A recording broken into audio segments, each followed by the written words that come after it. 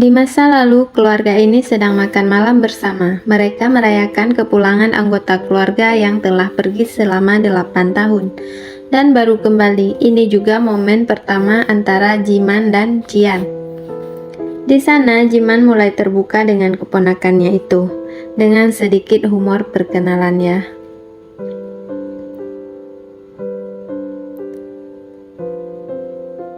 Kemudian, kisah berlanjut saat Jian dewasa. Saat ini, Jian berada di kantor polisi karena dia menghajar seorang pria. Saat Jian menghubungi pamannya, tapi yang mengangkat telepon itu adalah polisi. Mereka memberitahukan kalau pamannya sudah meninggal. Dan mereka menyuruh Jian untuk segera ke sana. Di perjalanan, Jian teringat saat dia bersama pamannya. Saat itu pamannya sedang memasang pengaman besi di kamarnya Jian. Tapi Jian terus mengomeli pamannya karena menurutnya pamannya bersikap aneh dan itu tidak cocok untuk kamar seorang gadis. Di sana pamannya juga menunjukkan lemari besi untuk Jian berlindung karena lemari itu anti peluru. Kemudian Jinman melihat kartu mahasiswa Jian.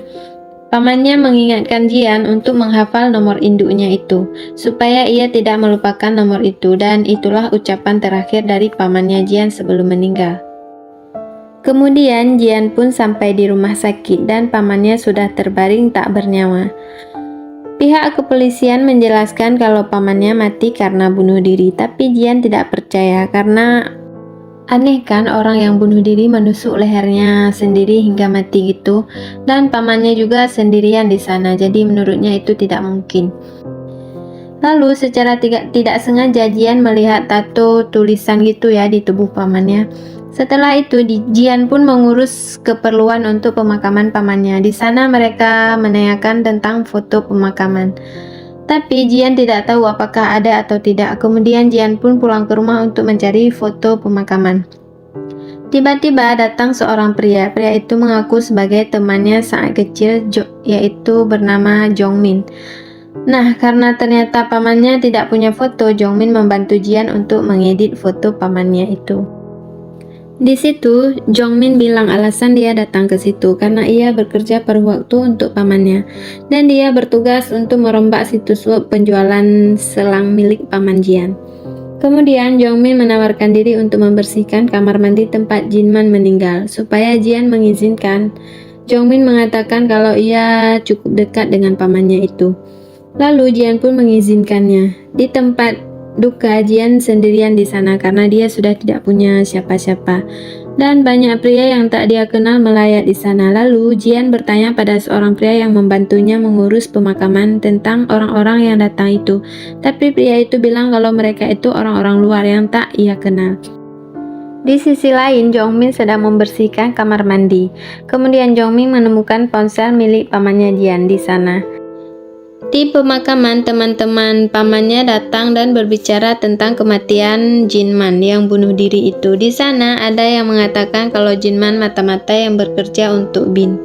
Tapi salah satu temannya mengingatkan kalau Jinman sangat baik. Dulu Jinmanlah yang membantu mereka saat susah. Jian pun mendengarkan cerita itu tentang pamannya. Kemudian tiba saatnya jenazah pamannya untuk dikremasi. Saat mereka mau pergi ke pemakaman, seorang pria besar menemani Jian merokok. Kemudian Jongmin pun juga tiba di sana. Setelah pemakaman selesai, Jian pun kembali ke rumah pamannya. Di sana, Jian bilang ke Jongmin kalau dia jijik sama pamannya yang memutuskan bunuh diri itu. Lalu Jian pun masuk ke rumah itu. Saat di kamar, Jian sedang bersiap-siap untuk ganti baju. Di sana, Jian memikirkan kenapa dan apa alasannya pamannya bunuh diri. Jian pun menangis sendirian karena hanya pamannya yang dia miliki, walaupun mereka tidak sedekat itu. Kemudian Jongmin pun balik lagi nih ke sana dan melihat Jian yang sedang sedih gitu. Saat Jongmin mau pulang, Jian menyuruh Jongmin untuk menemaninya. Di sana, Jongmin mencoba menghibur Jian. Kemudian, Jongmin memberikan ponsel milik pamannya yang ditemukan di kamar mandi. Saat Jian membuka ponsel itu, Jian sangat syok melihat saldo di dalamnya yang sangat banyak. Kemudian, mereka pun mencari tahu di ruang kerja pamannya tentang bisnis pamannya itu. Menurut Jian, tidak mungkin keuntungan dari menjual selang sebanyak itu. Kemudian mereka menemukan situs ilegal yang berkodok penjualan selang. Saat melihat situs itu, Jian teringat sama tato yang ada pada pamannya itu, dan di sanalah mereka baru mengetahui tentang situs gelap itu, yaitu tentang penjualan senjata api. Lalu tiba-tiba pesan masuk kalau ada barang yang belum dikirim. Di sana mereka ketahuan kalau Jiman sudah mati, dan di pesan itu juga dikatakan kalau Jian juga akan mati hari ini. Lalu tiba-tiba ada yang datang ke rumah Jian, dan Jian menjelaskan kalau pamannya sedang tidak di rumah. Tapi tiba-tiba saja wanita itu sudah sampai di depan pintu, dan Jian terlihat sangat ketakutan. Di luar sana, pengumuman sedang dilangsungkan. Katanya sih ada pelatihan senjata api aktif yang akan dilakukan di sana. Tapi ternyata itu untuk membunuh Jian ya.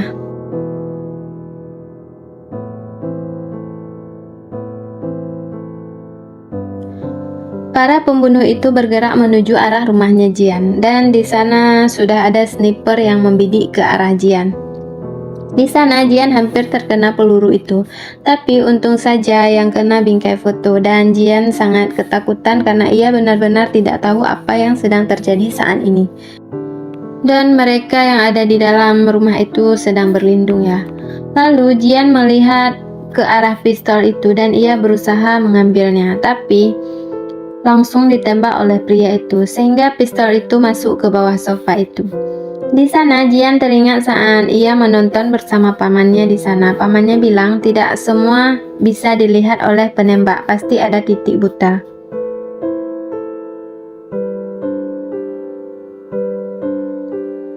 Kemudian Jian pun berusaha mencari titik buta.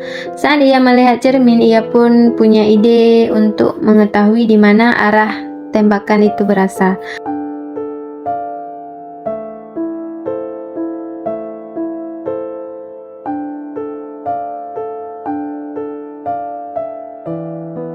Nah, saat Jian tahu arah penembak itu, Jian pun segera bergerak dan Jian naik ke atas kulkas. Dan ia pun bersiap untuk melompat dari sana. Saat Jian melompat dan peluru juga ditembakkan, dan Jian berhasil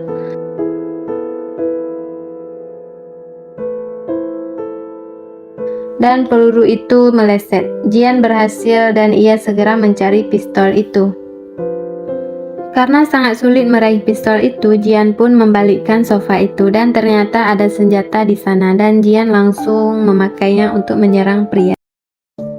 Di masa lalu saat pemakaman ibunya, Jinman meminta kakaknya untuk melakukan autopsi atas kematian ibunya itu, tapi kakaknya tidak mau melakukan itu karena menurutnya kematian ibunya wajar. Di sana, Jinman masih tidak yakin dengan kematian ibunya. Dia yakin kalau ibunya dibunuh. Saat itu tiba-tiba Jian menjatuhkan sesuatu dan pecah. Ibunya memarahinya, lalu kakaknya menyuruh Jinman untuk membawa Jian pulang. Setelah Jinman pergi, tiba-tiba seorang pria datang ke sana. Dan pria itu mengaku sebagai teman Jinman. Kemudian Jinman dan Jian pun tiba di rumah, dan mereka mulai mengobrol di sana.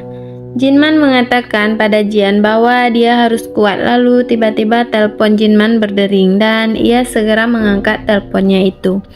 Setelah menerima telepon itu, Jinman pun bilang sama Jian kalau Jian harus tetap di rumah sendirian karena ia harus segera pergi sebentar dan akan segera kembali. Jinman juga bilang kalau temannya akan datang menemani Jian, tapi Jian tidak boleh membukakan pintu sembarangan. Kalau orang itu bisa menjawab teka-teki Jian, baru boleh dibukakan pintu. Dan pamannya pun segera pergi. Tidak lama setelah pamannya pergi, tiba-tiba seorang pria datang ke sana dan Jian mencoba mengintip untuk melihat keluar dan Jian memberikan teka-teki itu. Tapi pria itu langsung membuka pintunya dan Jian terlihat sangat ketakutan. Dan untung saja teman pamannya itu yang asli benar-benar datang dan mencoba menolong Jian. Jian terlihat sangat ketakutan dan pria itu menunjukkan pesan tentang jawaban teka-teki itu dan Jian terlihat lega. Tapi tidak lama kemudian para pembunuh itu datang lagi. Dan pria itu menyuruh Jian untuk menunggu di kamar ya. Tapi saat Jian mengintip keluar, ternyata pria yang membantunya itu telah dibunuh. Dan tangan pria itu dipotong ya. Jian pun mencoba untuk bersembunyi, tapi pembunuh itu segera mengejar Jian ke sana. Ternyata Jian sangat berani, dia bahkan bersembunyi dengan bergelantungan gitu ya. Pembunuh itu mencoba membujuk Jian untuk memegang tangannya, tapi Jian dengan berani langsung melompat dari sana. Para pembunuh itu sangat kaget melihat keberanian Jian, tapi untung aja Jian tidak kenapa-napa ya. Rupanya di bawah sana ada sofa bekas sehingga Jian berani terjun dari sana. Dan Jian pun segera bangkit dan pergi dari sana. Saat ia berlari, tiba-tiba saja ia tertabrak mobil. Jian pun segera dilarikan ke rumah sakit. Di sana Jian sempat mendengar kalau orang tuanya dibunuh. Malamnya Jian pun bermimpi. Saat itu anjing serigala datang ke kamarnya dan membawa sepotong tangan. Dan Jian mengenali tangan itu. Karena ketakutan Jian pun terbangun. Saat itu Jian menyadari kalau ada orang yang mendekati kamarnya. Jian pun langsung berlari untuk menghindari pembunuh itu yang kembali untuk membunuh Jian. Jian terus berlari untuk mencari tempat persembunyian. Begitu juga dengan pembunuh itu yang terus mengejar Jian. Saat itu Jian sangat bingung mau sembunyi di mana. Akhirnya Jian masuk ke kamar mayat. Di sana ia membuka lemari tempat mayat disimpan. Jian pun langsung masuk ke sana. Pembunuh itu pun masuk ke sana juga. Jian tidur di samping orang mati itu ya. Saat itu Jian mencoba membuka kain penutup dan ternyata itu adalah ibunya. Dan Jian sangat syok ya melihat pemandangan itu. Lalu pembunuh itu mencoba memeriksa lemari penyimpanan mayat itu. Menyadari hal itu, Jian sangat ketakutan dan ia memeluk erat ibunya. Tapi untung saja pamannya tiba di sana tepat waktu untuk menolong Jian. Saat itu pamannya segera mengangkat Jian dari sana. Sejenak pamannya memandangi kakak iparnya itu. Lalu ia segera menutup lemari itu dan membawa Jian pergi dari sana. Mereka pun segera pergi meninggalkan kota itu dan akhirnya mereka sampai juga di tempat tinggalnya Jinman. Mereka pun segera membawa barang-barangnya dan masuk ke dalam. Tapi saat Jian mau masuk, tiba-tiba ia terjatuh, tapi pamannya hanya melihat saja.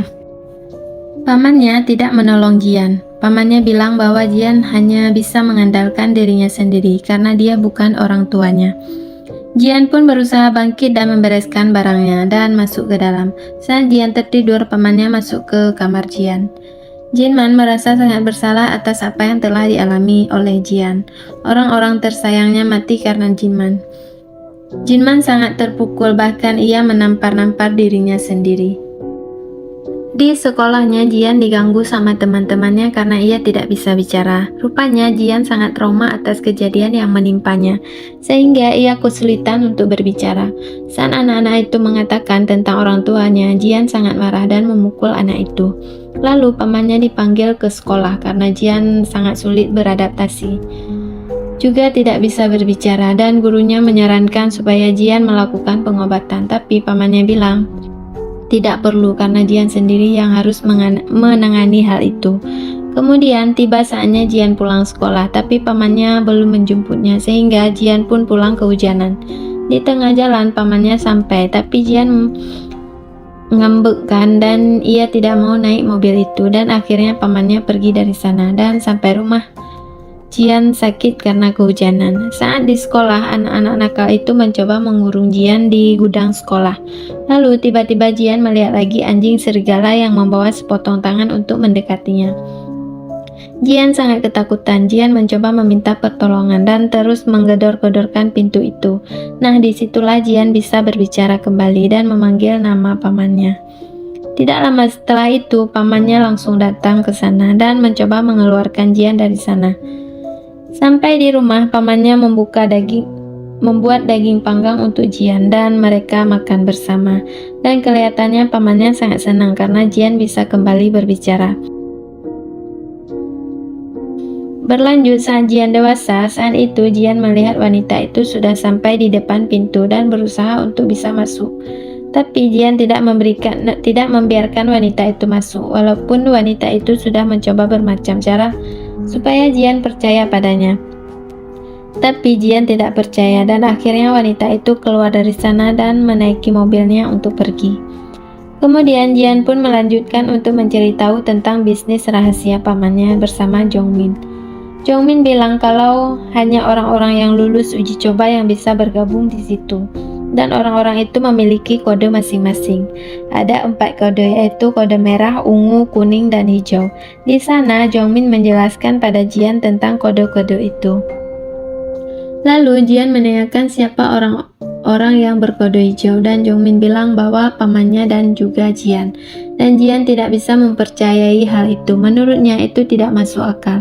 Lalu tiba-tiba rumahnya Jian diserang dan Jian merasa sangat kaget dan tidak mengerti apa yang sedang terjadi. Mereka melihat drone yang menembakkan banyak peluru ke arah mereka. Jian berusaha untuk berlindung karena kaca rumah Jian anti peluru, maka para pembunuh itu meledakkan jendela kaca itu. Kemudian Jongmin bersembunyi di lemari anti peluru milik Jian. Tapi karena anti peluru, maka lemari itu juga diledakkan. Jongmin yang berada di dalam sana sangat ketakutan. Kemudian Jian masuk untuk menolong Jongmin. Dan ia menghancurkan drone itu. Di sisi lain, wanita itu tidak menyerah untuk membantu Jian. Ternyata wanita ini berada di pihak Jian ya. Ia berusaha menghentikan beberapa drone yang mendekati rumah Jian.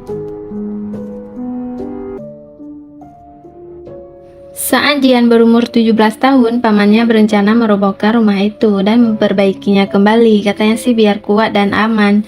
Jian sangat heran terhadap pamannya itu. Kemudian pamannya mengajak Jian untuk mendaki gunung. Di sana pamannya bermaksud untuk melatih Jian supaya bisa bertahan walaupun dalam keadaan sesulit apapun.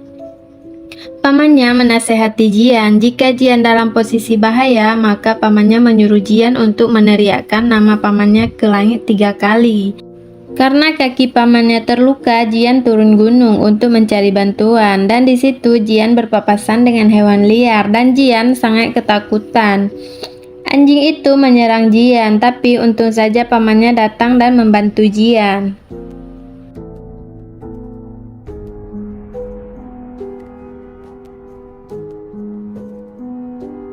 Kemudian mereka pun pergi dari sana. Di perjalanan Jian menanyakan keadaan pamannya. Tadi kan kaki pamannya sakit, tapi tiba-tiba udah sembuh gitu kan.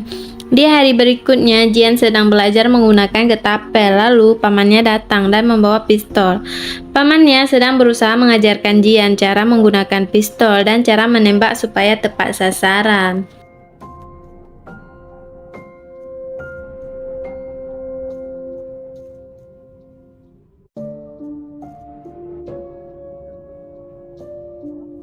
Kisah berlanjut saat Jian dewasa. Jian dan Jongmin sedang berusaha menyelamatkan diri dari pemburuan para pembunuh itu. Mereka berusaha keluar dari sana menggunakan pintu besi itu untuk melindungi diri. Tapi pembunuh itu meledakkan pintu besi itu dan membuat Jian dan Jongmin terlempar jauh. Di sisi lain, Min Hye berusaha menolong Jian dan ia berhasil menghancurkan drone itu. Saat Jongmin mau pergi dari sana dan Min Hye juga sampai dan melumpuhkan Jongmin hingga terkapar gitu ya. Kemudian Jian mau menyerang Min Hye karena ia pikir kalau Min Hye yang mau membunuhnya. Tapi Min Hye mengalahkan Jian. Dia juga bilang kalau mau bergerak harus berpikir dahulu kalau dia mau tetap hidup. Karena penembak itu terus menembak, Jian dan Min Hye bersembunyi. Di sana, Min Hye memberitahukan kalau dia berada di pihaknya. Min Hye juga bilang kalau Jian meneriakkan nama pamannya, pasti selalu ada orang yang membantunya.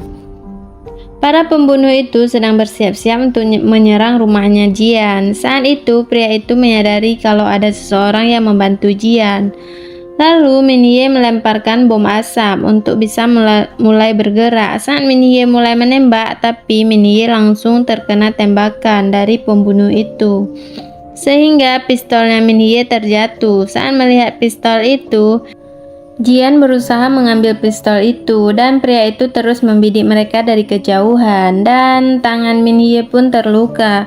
Saat itu Jongmin pun mulai tersadar. Jian berusaha mendekati pistol itu. Kemudian Jian mencari arah peluru itu ditembakkan. Saat Jian mengetahui tempat pembunuh itu menembak, Jian langsung bersiap melompati untuk mencapai tempat pistol itu. Di sana, Jian terus mencari pistol yang masuk ke bawah sofa. Saat itu, Jian menemukan senjata dan Min Hye mengajarkan Jian cara menggunakannya. Jian pun langsung menggunakan senjata itu dan menembak pembunuh itu. Saat itu Jian terpantul karena kuatnya efek dari tembakan itu. Min Hye mencoba membantu Jian untuk bangkit kembali. Kemudian Min Hye menyuruh Jian untuk pergi ke gudang dan Min Hye akan melindungi Jian. Kemudian Jian dan Jongmin pergi ke gudang dengan menggunakan pintu itu sebagai pelindung mereka. Saat Jian hampir terkena tembakan, Min Hye berhasil membunuh salah satu pembunuh itu ya. Dan membuat pria itu sangat kesal karena temannya sudah terbunuh. Kemudian Jian dan Jongmin berhasil masuk ke gudang itu. Min Hye menyusul mereka ke sana. Di sana Jian harus memasukkan sandi ya. Awalnya sempat bingung sih, tapi akhirnya ia berhasil memasukkan sandi itu dan mereka pun masuk ke sana. Di sana Jongmin dan Jian sangat kaget melihat pemandangan di sana. Saat itu tiba-tiba seorang pria muncul dan menghadang mereka berdua. Di luar sana, para pembunuh itu mulai memasuki gudang. Min Hye sedang mengamati pergerakan mereka ya. Sung Jo menelpon rekannya untuk meminta bantuan dan menyuruh mereka supaya cepat datang ke sana. Di dalam gudang, para pembunuh itu mematikan lampu dan di sana mereka pakai alat untuk melihat dalam gelap. Kemudian Min Hye menyerang mereka satu persatu hingga akhirnya yang tertinggal hanyalah bos mereka dan Min Hye langsung keluar untuk menyerang pria itu. Di sana Min Hye hampir kalah, tapi untung saja Min Hye berhasil melukai pria itu dengan pisau beracun miliknya. Dan pria itu langsung memuntahkan darah saat berusaha membunuh Min Hye dan pria itu pun mati di sana. Di sisi lain, pria bertopeng itu memberitahukan kalau dia adalah browser, tapi Jian berusaha untuk mengalahkan pria bertopeng itu. Dan Jian berhasil menjatuhkannya. Jian pun langsung membuka penutup muka pria itu. Saat Jian melihatnya, ia mengenali pria itu. Dan ternyata pria itu adalah mantan pacarnya dulu. Dan kelihatannya Jian sangat menyukai pria itu dulu. Lalu saat melihat seluruh CCTV itu, Jian sangat shock. Dia pikir selama ini pria itu menguntitnya, bahkan di kamar mandi mereka juga ada CCTV. Lalu Jian bertanya pada pria itu tentang CCTV itu. Tapi pria itu tidak menjelaskan apa-apa, dia hanya bilang kalau dia harus keluar untuk memberikan obat dan peluru pada Min Hye. Lalu tiba-tiba saja Jongmin menyalakan lampu dan membuat pria itu kesakitan dan dia sangat takut pada cahaya. Ternyata pria itu punya penyakit aneh dan ia memohon pada Jian untuk mematikan lampu. Kemudian karena kasihan Jian pun memakaikan baju pelindung gitu ya. Pria itu juga menjelaskan kalau ia sudah lama tinggal di gudang itu. Dia bahkan tahu waktu pertama kali Jian ke rumah itu. Tapi Jongmin segera datang dan menyumpal mulut pria itu supaya dia tidak bicara lagi. Jongmin berdalih kalau pria itu hanya pura-pura dan Jongmin akan fokus mencari informasi dan Jian kelihatan sangat percaya pada Jongmin. Lalu Jongmin pun pergi untuk melihat-lihat dan Jongmin sangat heran melihat ruang server sebesar itu. Lalu pria itu berhasil melepaskan diri dan ia memperingatkan Jian untuk tidak mempercayai Jongmin. Kemudian pria itu berlari dari sana. Jian mengejarnya. Jian terus mencari pria itu. Lalu pria itu muncul di belakang Jian.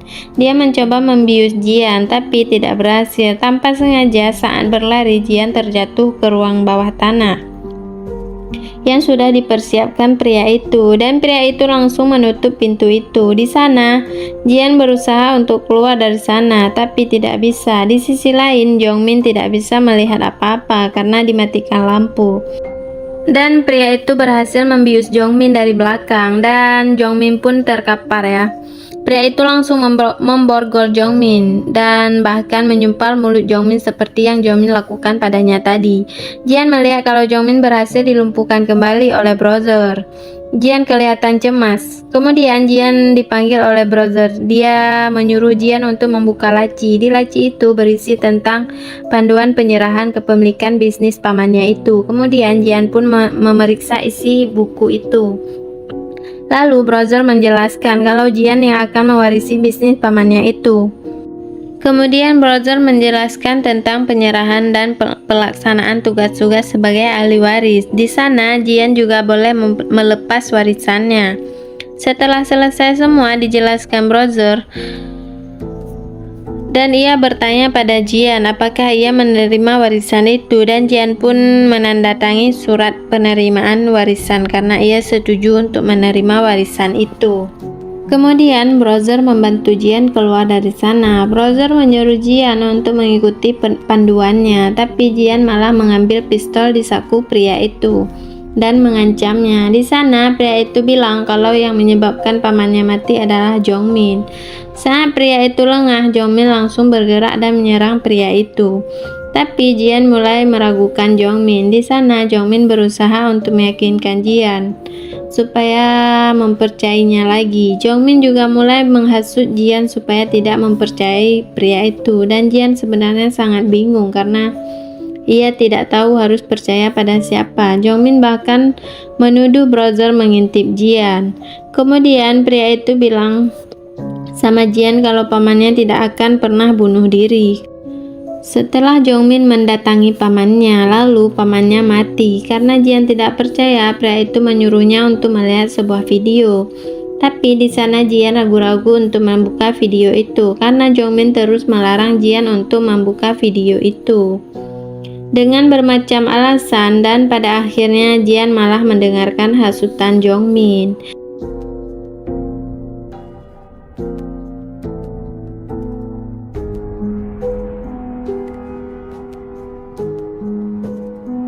Kemudian Jian melihat ke arah tempat Min Ye berada, lalu ia menyuruh brother untuk mengantarkan obat dan senjata pada Min Ye. Pria itu melepaskan Jongmin dan segera pergi dari sana, tapi sebelum pergi ia berpesan apapun yang terjadi jangan pernah keluar dari tempat ini.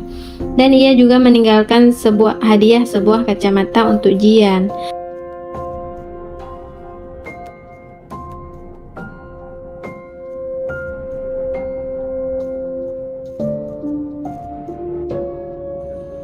Saat pria itu sampai di tempat Min Ye, ia sempat ditodong sama Min Ye, tapi setelah melepas topeng, Min Ye langsung mengenali pria itu. Di sisi lain, Jongmin sangat senang dan berterima kasih pada Jian karena mempercayainya. Saat itu Jongmin memberitahu Jian kalau orang yang mengurung Jian saat kecil adalah dia. Lalu Jongmin pun menusuk Jian dari belakang dan Jian terjatuh dan kesadarannya mulai menghilang. Sebenarnya siapa sih Jongmin ini? Dan Jian pun tertipu olehnya. Saat itu Jian melihat pena di saku Jongmin bercahaya lewat kacamata pemberian brother, dan Jian sangat penasaran siapa Jongmin itu. Jongmin disuruh sama atasannya untuk membunuh Jian, tapi Jongmin tidak sanggup untuk melakukan hal itu. Dia cuma mau mencoba untuk menodongkan pistolnya itu pada Jian. Jadi kayaknya di sini Jongmin cuma berani untuk nakut-nakutin Jian saja ya. Dan dia juga bilang sama Jian bahwa seharusnya dia berterima kasih kepadanya karena dia udah menyelamatkan Jian dan membuat Jian itu bisa berbicara kembali. Tapi dia tidak peduli dengan apapun yang dikatakan sama Jongmin. Kemudian Jongmin menceritakan bagaimana pertemuan pertamanya dengan Jinman. Jadi waktu itu Jongmin lagi mau nyari kerja sampingan ya, karena dia mahasiswi untuk memenuhi kebutuhan hidupnya. Dan kebetulan Jinman membuka lowongan kerja, jadi dia pergi menemui Jinman. Jadi di sini Jongmin memang terobsesi sama komputer karena itu merupakan jurusannya bersama dengan temannya. Lalu saat mereka pulang nih dari Tozer Bar, lalu mereka membicarakan tentang situs Mother Help. Tapi tiba-tiba mereka didatangi sama pria-pria yang tak dikenal, dan ternyata itu adalah musuh-musuhnya Jinman. Mereka meminta pada Jongmin dan juga temannya untuk meretas situs Mother Help itu. Jadi mereka di sini dipaksa ya, kalau mereka tidak bisa meretas maka mereka akan dibunuh dan waktu yang diberikan sangat singkat. Dan ternyata Jungmin berhasil menyelesaikan tantangan yang diberikan kepada mereka dan temannya gagal meretas situs itu. Nah, karena temannya tidak berhasil meretas situs itu dan jadi temannya itu dibunuh ya sama musuh-musuhnya si Jinman. Jongmin terlihat sangat ketakutan melihat kematian temannya itu dan ia berusaha tenang demi menyelamatkan nyawanya sendiri. Dan ia juga tidak lupa menyuruh para bandit-bandit itu untuk mengurus mayat temannya itu. Lalu setelah itu pria itu memperkenalkan wajahnya Jinman dan Jian kepada Jongmin. Nah, jadi itulah cerita sehingga dia mendaftarkan pekerjaan di tempat Jinman. Di sini dia juga melakukan hal itu karena terpaksa ya. Dan di sana Jongmin juga membawa pena yang berisi kamera dan juga ada sejenis flash disk gitu ya, yang dimodifikasi jadi satu gitu. Tapi Jinman gak bodoh, tentu aja dia udah curiga ya sama pergerakan si Jongmin. Tapi di sana Jinman masih pura-pura tidak tahu ya. Dia mau memantau kira-kira apa yang dilakukan sama si Jongmin itu. Dan di sana Jongmin sering beralasan supaya ia bisa masuk ke rumahnya Jinman. Dan Jinman pun mengizinkan Jongmin untuk masuk ke sana. Dan alasan Jongmin yaitu mau ke toilet gitu kan.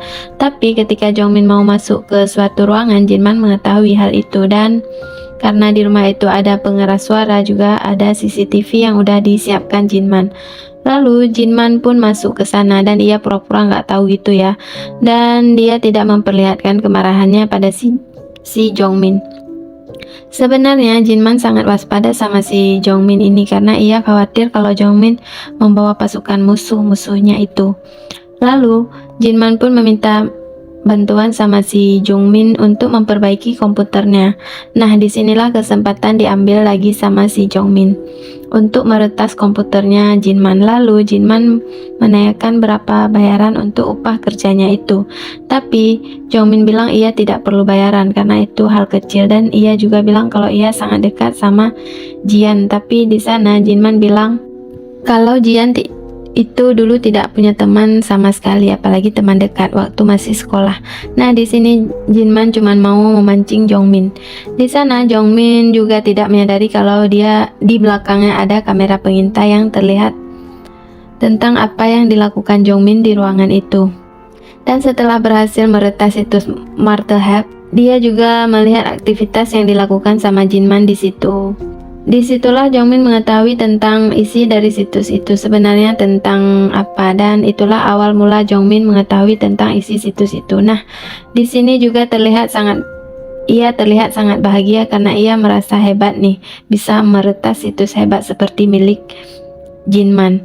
Lalu tiba-tiba Jongmin didatangi sama anak buahnya Sibel karena mereka menilai kalau Jongmin tidak becus dalam pekerjaannya. Mereka datang ke sana untuk membunuh Jongmin, tapi di sini Jongmin memutar otaknya dan ia beralasan bahwa ia memiliki cara yang besar dan bagus yang akan dia lakukan pada Jinman.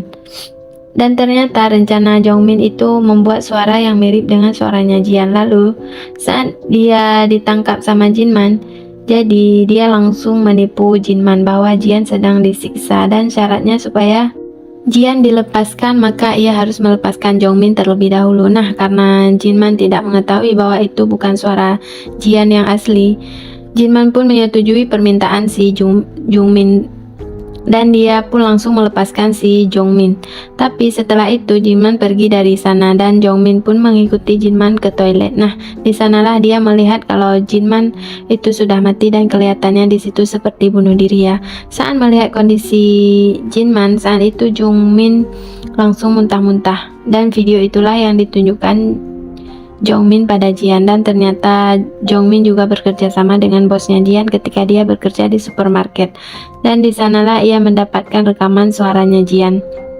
Dan di sini Jongmin merasa bahwa dirinya sangat hebat, tapi Jian tidak menyerah dan ia mencoba untuk mempengaruhi pikiran si Jongmin. Dan Jian bilang sama si Jongmin bahwa Sibel dan teman-temannya nggak mungkin membiarkan si Jongmin hidup. Pokoknya di sini Jian berusaha untuk menggoyahkan keyakinan si Jongmin ya.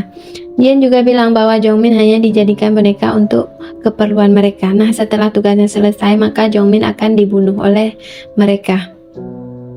Jian juga bilang kalau dialah yang akan bisa membantunya karena ia memiliki kode hijau. Jadi di sini Jian mengajak Jongmin untuk bekerja sama dengannya. Dan Jongmin langsung terpancing dan juga dia marah kepada Jian. Lalu Jian menyerang Jongmin dan akhirnya Jian pun berhasil melepaskan diri. Tapi Jongmin masih tetap mengejar Jian. Dan di sana Jian kelihatan tenang ya, dia lagi menyusun rencana gitu untuk mengalahkan Jongmin. Jian berencana untuk menjebak si Jongmin ya, dan akhirnya Jongmin pun masuk ke perangkapnya Jian, dan inilah yang terjadi pada Jongmin. Dia pikir si Jian itu lemah, tapi ternyata Jian lebih kuat dari yang dia pikirkan. Dan di situ Jian berhasil menggantung si Jongmin. Di sana Jongmin berusaha untuk memohon kepada Jian supaya melepaskannya, tapi dia sudah tidak peduli ya. Bahkan Jian menghajar Jongmin karena ia merasa sangat kesal karena sudah dibohongi sama si Jongmin itu. Di sisi lain, Min Hye dan juga Brother sedang berada di ruang itu, tapi Min Hye mencemaskan keadaan Jian. Tapi Brother bilang kalau Jian pasti bisa mengatasi masalahnya itu. Di sana Brother sedang berusaha mencari sesuatu di dinding itu dan akhirnya Brother menemukan sesuatu yang membuatnya sangat kaget karena di setiap ruangan rumah Jinman itu kayak punya sisi-sisi yang berbeda dan rahasia gitu ya. Lalu Brother pun menghancurkan dinding itu dan di sana mereka menemukan senjata. Dan di luar sana Sungju dan juga teman sekomplotan sudah datang ya untuk membantu si Sungju untuk masuk ke rumah itu. Dan di sana mereka sedang menunggu barang baru yaitu sebuah robot dan mereka pun langsung menjalankan robot itu untuk bisa langsung pergi dan masuk ke rumahnya Jinman. Di sisi lain, Brother dan juga Min Hye bersiap untuk menutup pintu, tapi ternyata mereka itu sudah kalah cepat. Ditambah lagi, pihak musuh mereka memiliki robot yang membantu mereka, dan ternyata robot itu pun langsung bisa mendeteksi bahwa ada orang di dalam sana. Dan dia mendeteksi Min Hye. Nah, karena pintunya tidak bisa ditutup karena dihalang sama robot itu, jadi para pembunuh itu juga berhasil masuk ke dalam. Di sisi lain, Jian membuka kembali buku tentang panduan pengambilan alih bisnis pamannya itu. Nah, di sana Jian dikasih dua pilihan, yaitu jika Jian tidak mau ikut dalam rencana pamannya dan pamannya menyuruh Jian untuk membuka halaman 87. Di sana sudah ada semua yang udah diatur sama pamannya. Pokoknya lengkap. Di sana ada identitas baru, ada uang, dan bahkan Jian akan menjalankan kehidupan baru dan dia tinggal keluar dari pintu belakang sana. Tapi kalau Jian mau bergabung bersama bisnis pamannya itu, maka bisa langsung pergi untuk bergabung bersama Min Hye dan juga Brother. Keputusan yang diambil sama Jian adalah bergabung untuk membantu Min Hye dan juga Brother. Artinya dia bergabung dengan rencana Jinman dan mereka langsung berhasil mengalahkan orang-orang yang masuk dalam ruangan itu bersama. Teman-teman di luar kaget karena ternyata orang-orang yang masuk ke sana berhasil dikalahkan sama Jian dan juga Min Hye.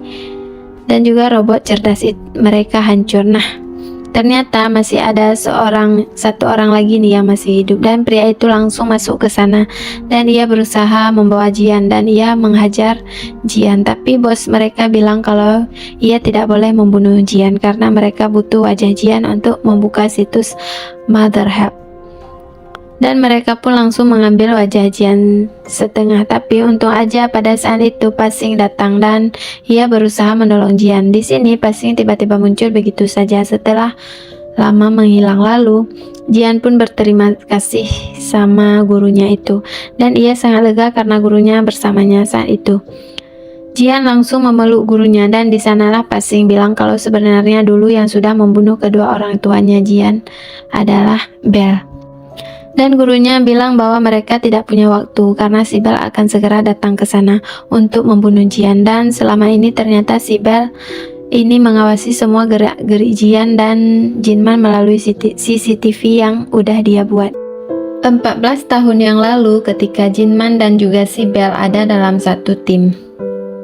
mereka satu misi ya, jadi mereka dulu itu satu tim gitu, dan mereka punya aturan nih bahwa mereka itu nggak boleh membunuh warga sipil. Tapi pada misi itu si Bell itu tidak mematuhi aturan itu. Nah, setelah misi mereka selesai, jadikan mereka mau kembali ke markas, tapi Sungjo dan juga si Bell belum kembali ke sana.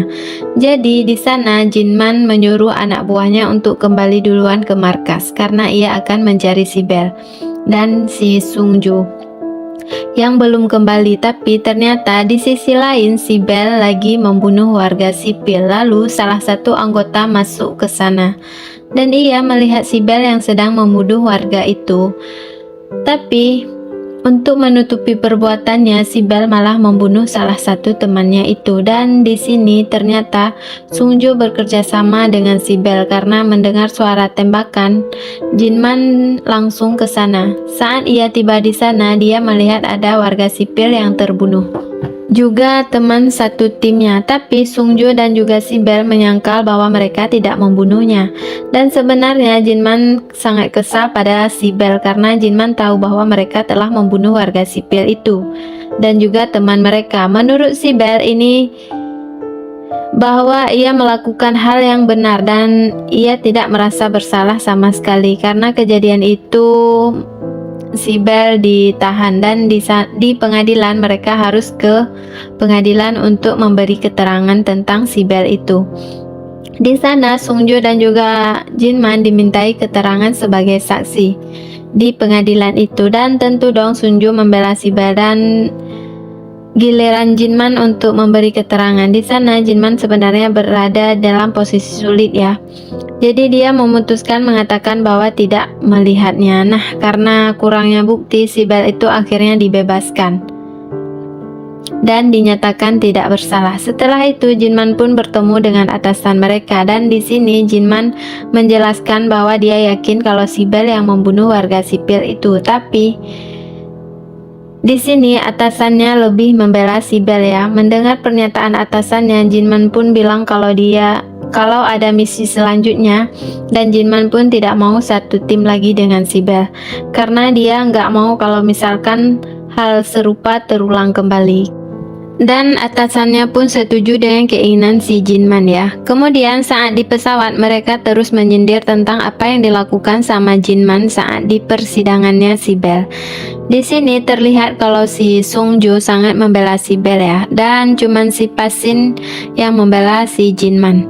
Nah, karena si Sungjo tidak suka sama si Pasin yang berpihak pada Jinman, di pesawat itu ia mencoba mengolok-olok si Pasin ya, sehingga mereka berdebat ya. Dan di sini Jinman kelihatan juga udah mulai kesal sama yang namanya si Sungjo. Dan Pasin sama Sungjo mereka kayaknya mau berantem gitu ya. Lalu Jinman pun menyuruh mereka semua untuk duduk di tempat masing-masing. Tapi tidak ada yang mendengarkan kata-katanya Jinman. Tapi saat si Bell menyuruh mereka untuk duduk, mereka langsung ke tempat masing-masing. Nah, di misi selanjutnya ternyata bos mereka ini masih memasukkan si Bell ke dalam timnya si Jinman. Tapi Jinman bilang kalau dia nggak mau satu tim lagi sama si Bell. Tapi atasannya bilang si Bell harus masuk ke sana karena ini merupakan misi penting. Karena bosnya tidak mau misi itu gagal, jadi dia harus memasukkan si Bell supaya misi itu berjalan dengan lancar. Tugas itu juga agak bahaya ya, makanya bosnya memasukkan si Bell ya. Lalu sebelum mereka berangkat, Jinman memperingatkan si Bell supaya jangan ikut campur dan jangan membuat ulah gitu. Tapi si Bell tidak peduli dengan perkataan si Jinman ya.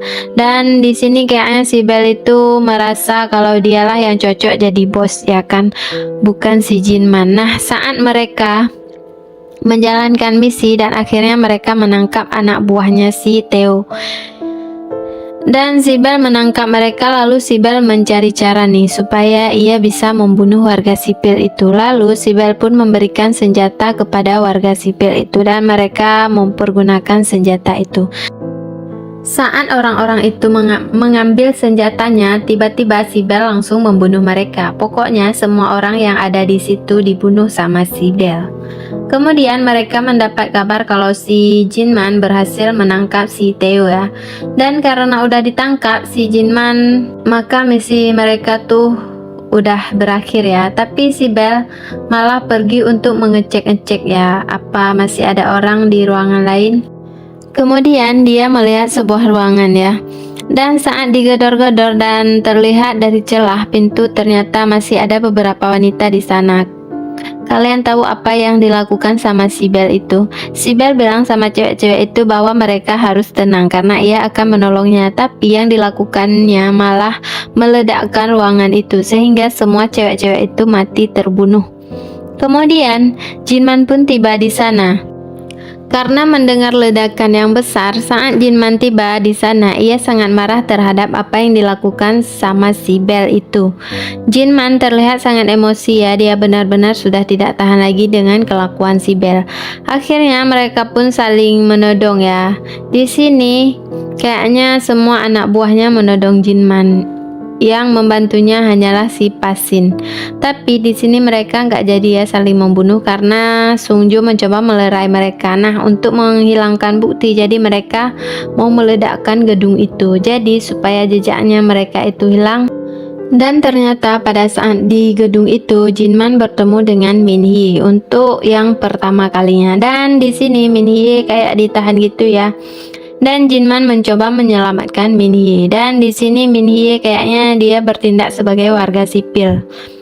Si Belle melihatnya dan dia nggak suka nih kalau ada warga sipil yang masih hidup karena ia tidak mau ada saksi. Lalu Jinman menyuruh anak buahnya untuk kembali duluan. Katanya dia akan kembali nanti. Dan di sini Jinman berencana untuk melaporkan tindakan si Belle. Tapi ternyata si Belle tidak langsung pulang. Dia malah pergi ke gedung itu untuk mengikuti Jinman.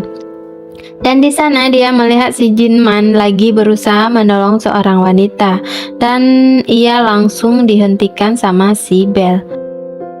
Si Belle dan Jinman bertarung mati-matian. Tapi pada saat Jinman hampir kalah, Min Hee datang dan berhasil menembak si Belle tepat di matanya. Dan mereka pun langsung pergi meninggalkan si Belle.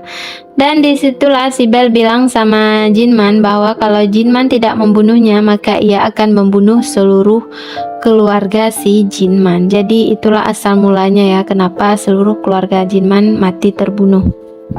Jinman dan Min Hee berhasil keluar dari sana dan ledakan pun terjadi. Keesokan harinya Jinman langsung pergi menemui bosnya dan Jinman bilang kepada bosnya bahwa dia ingin keluar dari kerjaannya. Dan bosnya tidak rela dong Jinman keluar begitu saja. Bosnya juga terlihat lebih berpihak kepada si Belle ya. Kemudian bosnya itu menyuruh orang lain untuk selalu memantau Jinman dan juga keluarganya. Kemudian Jinman dan yang lainnya mengira kalau si Belle itu kan sudah mati di ledakan itu. Jadi mereka di sana lagi membakar barang-barang peninggalan si Belle. Nah, setelah itu Jinman pun bersiap-siap untuk pergi dari sana. Ternyata banyak orang yang sedang mengikuti Jinman dan kemudian Jinman pun sadar kalau dia sedang diikuti sama banyak orang gitu. Kemudian temannya Jinman datang untuk membantu dia supaya bisa pulang. Temannya memberikan kunci mobil ya. Setelah itu Jinman pun mengabari keluarganya. Kemudian ia menelpon abangnya. Karena kan dia udah nggak pulang sekitar 8 tahun ya. Dan saat Jinman sampai di rumah, keluarganya sedang menunggunya. Dan disitulah pertama kali dia bertemu dengan Jian. Dan dari sanalah semuanya dimulai. Dan itulah penyebab ataupun kejadian masa lalu yang membuat keluarga Jinman terbunuh semua ya. Dan disitulah semua bermula. Dan ternyata si Belle itu selamat dari ledakan. Dan ia datang menemui Sungju. Sungju pun sangat kaget melihat kedatangan si Belle yang ternyata selamat dari ledakan besar itu. Jadi ternyata si Belle itu balas dendam ya sama si Jinman. Beberapa tahun yang lalu saat Jinman kembali ke rumah bersama keluarganya, mereka melakukan pemotretan foto keluarga. Lalu tiba-tiba ibunya Jinman sakit dan dibawa ke rumah sakit. Di sana Jinman menemani ibunya. Lalu ibunya berpesan supaya Jinman bersikap baik kepada kakak dan kakak iparnya itu dan juga keponakannya Jian. Lalu kemudian ibunya menyuruh Jinman untuk pulang ke rumah karena kakak iparnya akan segera datang menggantikannya. Dan Jinman pun pergi dari sana. Lalu Jinman pergi menemui temannya di sana. Temannya sedang membuat bisnis tentang situs penjualan senjata online. Di sana Jinman bertemu dengan Min Hye dan Min Hye sangat bahagia bisa bertemu dengan Jinman. Dan temannya itu mengajak Jinman untuk bergabung bersamanya. Temannya juga bilang kalau yang akan mengoperasikan situs itu adalah adiknya yang sangat pandai dalam komputer. Di sisi lain, Belle datang ke rumah sakit untuk membunuh ibunya Jinman dan akhirnya ibu Jinman pun meninggal di sana.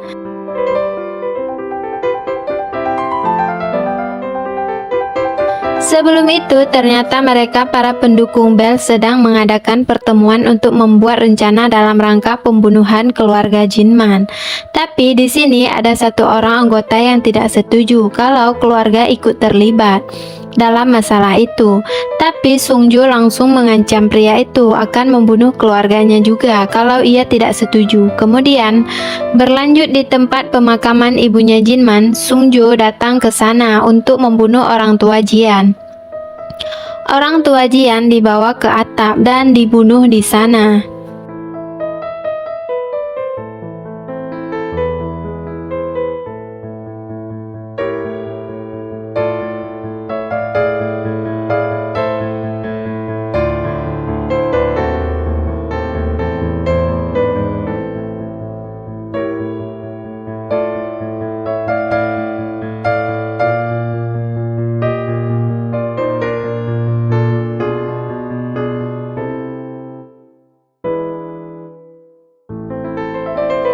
Setelah Jinman mendapat kabar kalau keluarga mereka sedang dibunuh, ia segera datang ke sana untuk menemui kakaknya. Tapi di perjalanan dihadapkan oleh para pembunuh. Dan di sana mereka menembak mobil Jinman habis-habisan, tapi mobil itu anti peluru. Lalu Jinman pun membalas serangan mereka dan Jinman berhasil membunuh semua orang yang ada di sana, kecuali seorang wanita itu.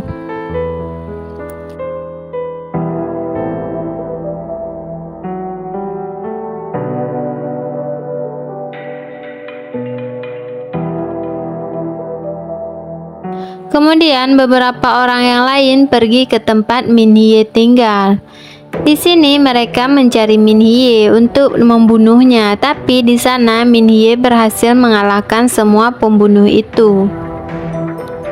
Untuk menghilangkan jejak, Min Hye terpaksa membakar tempat itu. Dan tempat itu pun habis terbakar. Lalu Min Hye pun pergi dari sana.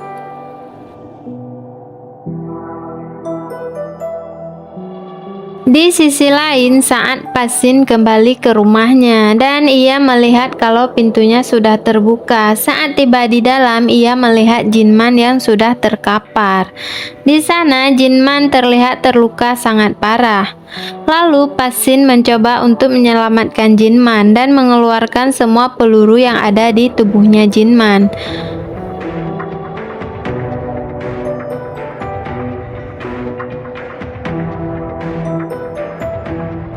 Kemudian Jinman pun tersadar. Saat itu Pasin bertanya kepada Jinman kenapa ia berusaha membunuh Belle. Di sini Pasin benar-benar tidak percaya dengan apa yang dilakukan si Jinman karena ia tidak tahu apa alasan Jinman melakukan itu. Lalu Jinman pun menjelaskan kepada Pasin kalau dia ingin bertindak benar. Dia menyesal karena tidak bersaksi dengan jujur di pengadilan saat Belle membunuh semua wanita yang tidak bersalah itu. Kalau saat itu Jinman jujur, maka pasti saat ini Belle berada dalam penjara dan Jinman sangat menyesali tindakannya itu. Mendengar penjelasan Jinman, Pasin mulai mengerti dan ia akan membantu Jinman. Lalu ia memberikan pistol kepada Jinman. Di sisi lain, anak buahnya Belle melaporkan kalau Jinman menghilang di sana. Bel terlihat sangat marah karena anak buahnya tidak becus melakukan tugasnya. Lalu tiba-tiba atasannya datang dan menyuruh Bel supaya sudah cukup dan tidak membuat masalah lagi. Karena soal Jinman akan ditangani oleh perusahaan dan atasannya tidak akan diam saja karena Jinman mengkhianati mereka, dan juga atasannya itu berencana untuk menyingkirkan Jinman. Lalu Bel menanyakan apa rencana atasannya, tapi di sini Bel sepertinya tidak setuju dengan rencana atasannya itu. Dia langsung pergi dari sana untuk membunuh Jinman dengan tangannya sendiri. Kemudian Jinman pun tiba di rumah sakit. Di sana ia melawan para pembunuh itu untuk menyelamatkan keponakannya Jian, dan Jinman pun berhasil menyelamatkan Jian. Saat Jinman mau pergi dari sana, tiba-tiba Bel juga sampai di sana. Saat Bel mau bergerak untuk membunuh mereka, tiba-tiba banyak orang yang keluar dari ruangan itu. Sehingga Jinman punya kesempatan untuk kabur dari sana.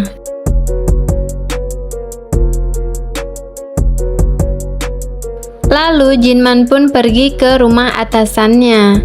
Di sana Jinman langsung bertemu dengan keluarga mereka dan menunggu kepulangan atasannya itu. Saat Babylon sampai di rumah, mereka pun langsung berbicara di ruangan itu. Di sana Jinman mengancam akan membunuh seluruh keluarga Babylon karena semua keluarganya Jinman sudah terbunuh. Jadi Jinman meminta atasannya untuk berhenti di sini, maka Jinman pun akan berhenti.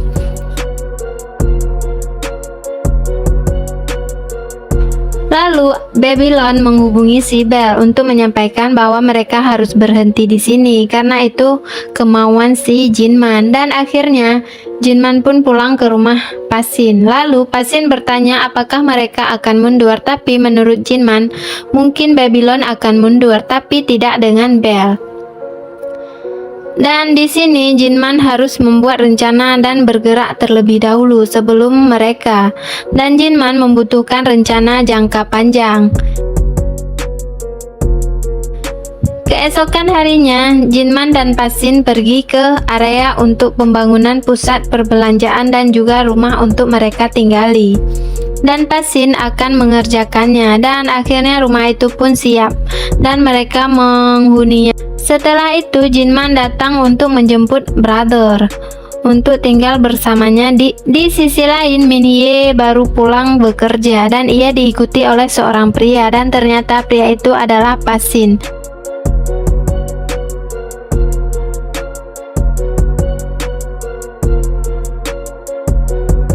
Kemudian Jinman sedang mengawasi keponakannya. Jadi di setiap ruang pasti ada CCTV untuk mengawasi Jian. Di ruangan lain, Pasin dan Minhye sedang berlatih. Mereka masing-masing sedang mempersiapkan diri untuk bertarung.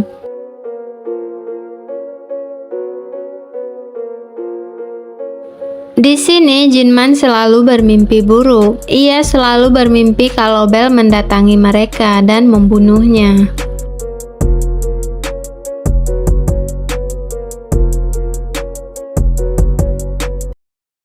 Sungju dan beberapa temannya sedang bersiap untuk bergerak masuk untuk membunuh semua orang yang ada di rumah itu. Di sana Minhye terlihat terluka sangat parah dan Pasin mencoba membantu mengeluarkan peluru yang ada di tubuhnya Minhye.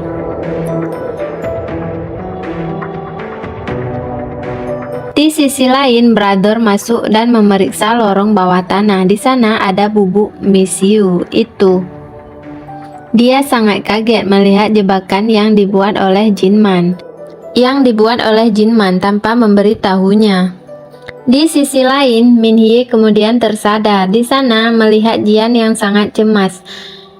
Jian menyuruh Minhye supaya bisa bertahan dan tetap hidup karena dia tahu kalau Minhye menyukai pamannya.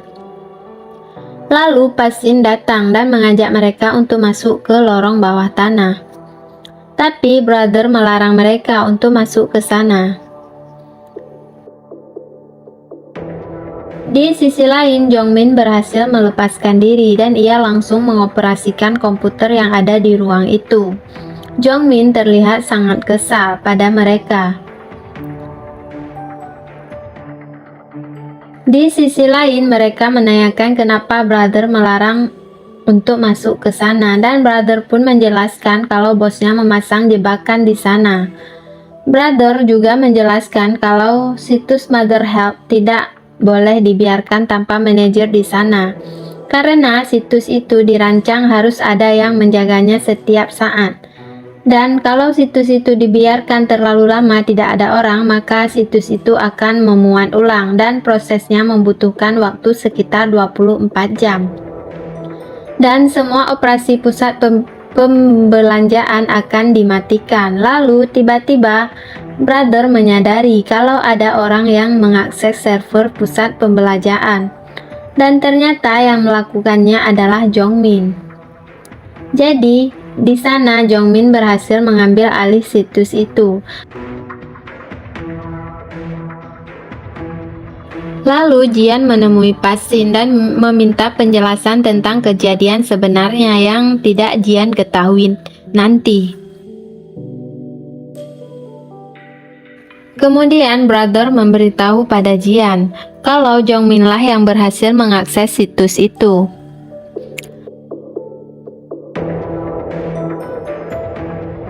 Lalu tiba-tiba robot itu kembali bangkit dan membuat bunyi serta getaran yang hebat, sehingga mereka semua kesakitan. Bahkan kaca yang ada di sana semuanya pecah gara-gara robot itu.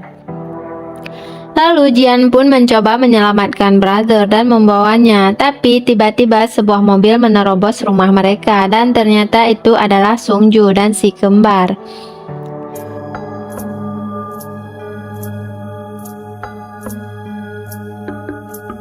Dan Pasin pun mencoba melawan si kembar. Di sini mereka berdua agak sulit untuk dikalahkan.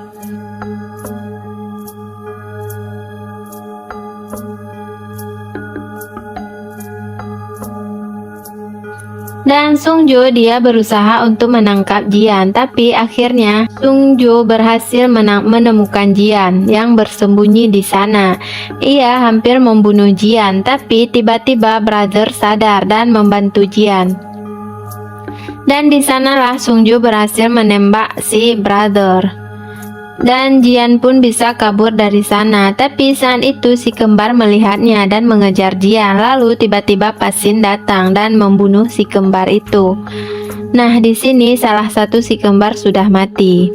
Dan Sungjo pun melihat mayat si kembar yang sudah mati. Jian pun masuk ke pusat perbelanjaan dan Sungjo juga mengejarnya ke sana. Saat itu Jian melihat sebuah pistol dan dia mengambilnya. Kemudian saat Sungju sedang mencari Jian, dia melihat mayat temannya yang memakai cincin yang bagus. Di sana dia sempatin juga untuk mencuri. Saat itulah Jian menodongkan senjatanya pada Sungju, tapi Sungju meremehkan Jian. Jian hampir menembakkan, tapi tiba-tiba Jongmin muncul di sana. Jian dan Sungju bersembunyi. Di sana Jongmin terlihat sangat marah karena mereka meremehkan dia, dan di sana Jongmin bahkan memaki-maki Babylon. Lalu Jongmin pun menembak seluruh pelurunya sehingga semua pelurunya yang ada di senjata itu habis. Saat itulah Sungju keluar dan di sana Sungju langsung membunuh si Jongmin, dan Jian pun pergi untuk mengambil senjata yang terkunci di sana. Ia berusaha untuk membuka gembok itu tapi tidak bisa.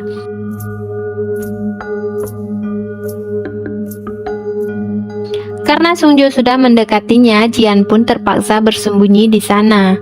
Sungjo sambil mencari Jian, dia sambil mengoceh sendiri ya. Dia sangat takjub dengan tempat yang dibangun oleh Jinman. Di sana juga sempat menceritakan kalau Jinman itu adalah temannya dan mereka satu tim dalam membunuh orang.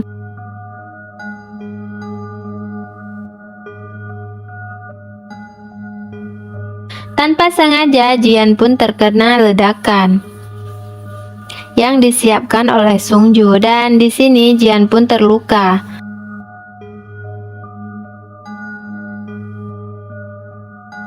Di sisi lain, si kembar masuk ke kamar mandi, lalu dia melihat ada sebuah terowongan. Di sana, ia pun masuk ke sana sambil menendang-nendang pintu itu, dan saat itulah ledakan terjadi.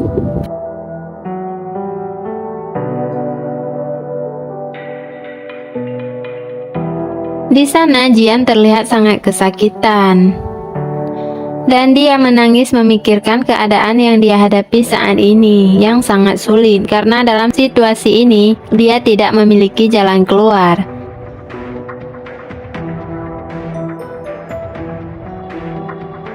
Di sisi lain, akhirnya brother tersadar dan ternyata dia tidak mati karena ia memakai pelindung. Di sana dia terlihat sangat syok karena dia berpikir bahwa dia sudah mati. Di sisi lain, Sungjo berusaha menyuruh Jian untuk mundur dan memulai hidup baru, dan jangan melibatkan diri lagi dalam masalah ini. Tapi ternyata Jian tidak akan mundur.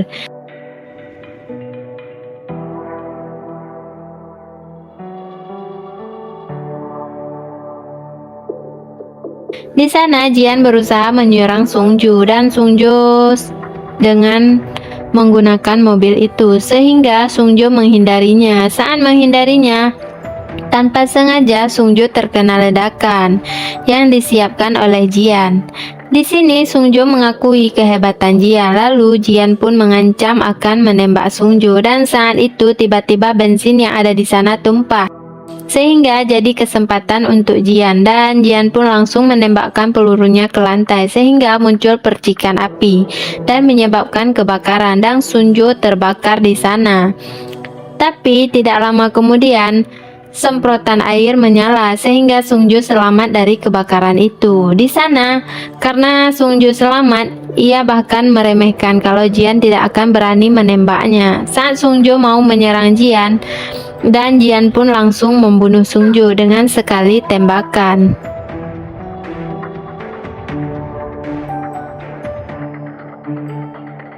Di sisi lain, Pasin menemukan Min Hye yang sudah tak sadarkan diri. Lalu brother pun masuk ke pusat perbelanjaan untuk melihat kondisi Jian di sana. Ia sangat kaget karena Jian berhasil membunuh Sungjo. Kemudian Jian pun bertanya bagaimana keadaan Pasin dan Min Hye, dan brother bilang kalau mereka masih hidup. Kemudian brother langsung menjalankan pusat perbelanjaan mereka dan mulai mengaksesnya kembali. Lalu brother memberitahu Jian kalau para pembunuh lain sedang menuju ke arah mereka. Dan brother bilang kalau orang-orang itu dulunya juga berbisnis dengan Jinman. Di sisi lain, orang-orang itu sedang bersiap-siap untuk masuk ke pusat perbelanjaan dan membunuh mereka semua yang ada di sana. Dan Pasin juga mengetahui kalau ada pembunuh lain yang akan datang ke sana untuk membunuh mereka. Di sini Jian melihat kalau mereka berempat dimasukkan ke dalam daftar orang yang harus dibunuh oleh si Babylon. Dan di sana Babylon akan memberikan hadiah kepada setiap orang yang berhasil mereka bunuh. Kemudian Jian menyuruh brother untuk membuka tempat senjata itu. Di sisi lain, Pasin memberitahu Min Hye kalau ada pembunuh lain yang dikirim ke sana, dan itu berarti Jian masih hidup.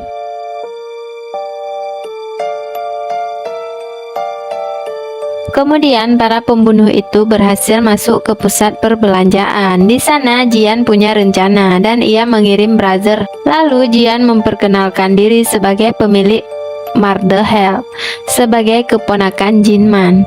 Di sana brother memperlihatkan kepala Sungjo yang berhasil dibunuh sama si Jian. Dan Jian memberitahukan pada para pembunuh itu di mana posisi mereka saat ini, dan mereka semua berkode merah. Kemudian Jian pun memberikan tawaran. Jian meminta mereka untuk pergi dari sana sekarang, dan jika mereka setuju untuk pergi maka tak akan ada yang terjadi pada mereka. Dan Jian juga akan memberikan imbalan $4 juta yang ditawarkan oleh Babylon. Di sini Jian akan mentransfer mereka secara merata tanpa potongan pajak dan mereka tetap akan punya kode. Jian juga berjanji akan memberikan diskon sesekali saat mereka berbelanja dan harga lebih baik dari yang ditawarkan oleh pamannya.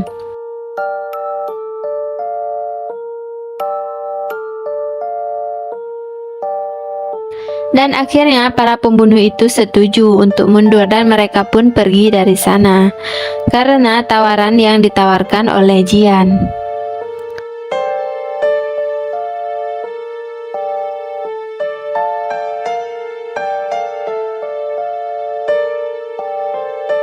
Kemudian brother pun kembali ke pusat perbelanjaan. Dia sangat shock dengan perintah dari Jian itu.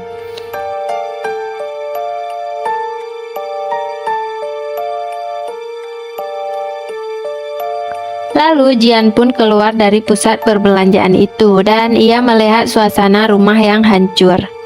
Lalu ia memeriksa ke dalam rumah untuk melihat kondisi Min Hye.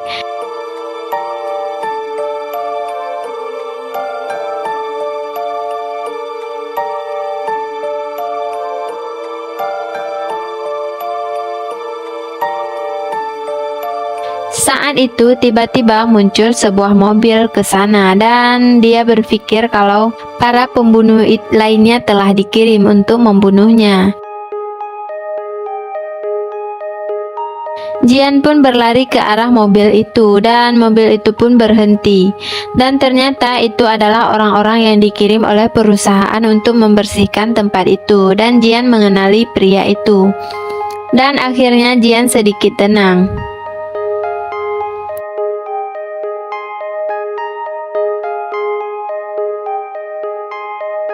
Dan orang-orang itu sedang membersihkan tempat itu. Pria ini tiba-tiba menyuruh Jian untuk masuk ke pusat perbelanjaan karena di situ masih belum aman. Lalu tiba-tiba sebuah mobil muncul di sana dan mereka bersiap-siap untuk melihat siapa yang datang.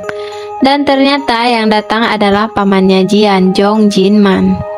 Dan di sini ternyata pamannya Jian masih hidup.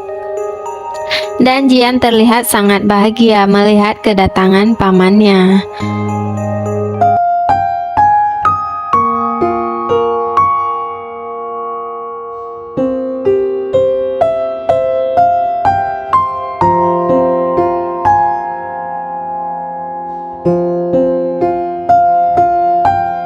Dan film pun selesai sampai di sini.